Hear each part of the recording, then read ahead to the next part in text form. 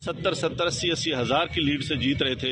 हमने उनको हरवाया है और उनके ऊपर जाली मोहरे लगा के सबको हरवाया। कमिश्नर साहब, जब जाली मोहरे लग रही थी उस वक्त आपने किसी से कहा कि ये सब कुछ हो रहा है, गलत हो रहा है, इसको रोका जाए? देखिए, मैं ये सारी इस गलतकारी की जिम्मेदारी अपने ऊपर ले रहा हूँ और साथ आपको बता रहा हूँ कि जो चीफ इलेक्शन कमिश्नर है, जो चीफ जस्टिस है, वो भी इस काम में पूरे शरीक। कमिश्नर साहब, आपका बहुत बड़ा ये इतना सब कुछ हुआ, आखिर किसके कहने पर होता रहा? क्यों प्रेशर में थे? किसने ऐसा किया? मेरे ऊपर कोई दबाव नहीं है। मेरे बाप दादा भी अंग्रेजों के खिलाफ और सिखों के खिलाफ जंगें करते रहे हैं, लड़ते रहे हैं ये मुल्क बनाने के लिए।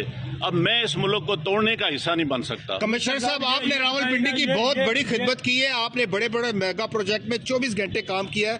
ये बताइएगा कि आपको कमिश्नर चीफ इलेक्शन कमीशन दबाव में ला रहा था कि ये करें सारे काम, लोग जीतों को आपने हराया, आपको नींद कैसे आती रही, किस तरह आपका जमीर जाग गया? देखिए, मैंने रावलपिंडी के लिए 14 16 घंटे काम किया है। मैंने यहाँ रिंग रोड बनाया है, ददोचा डैम बनाया है, होली फैमिली हॉस्पिटल बनाया है, जिमखाना बनाया है, मैंने लारी अड्डे बनाए हैं, मजदूरों के लिए सेंटर बनाए हैं, मंशियात के अड्डे सेंटर बनाए हैं। सब कुछ मैं अपने मुल्क की बेहतरी के लिए करता रहूं, लेकिन आखिर पे मैंने जो इस मुल्क के पेट में छुरा घोंपा है, मुझे वो सोने नहीं देता। मैं ये सुकून की मौत बर्बाद करता हूँ।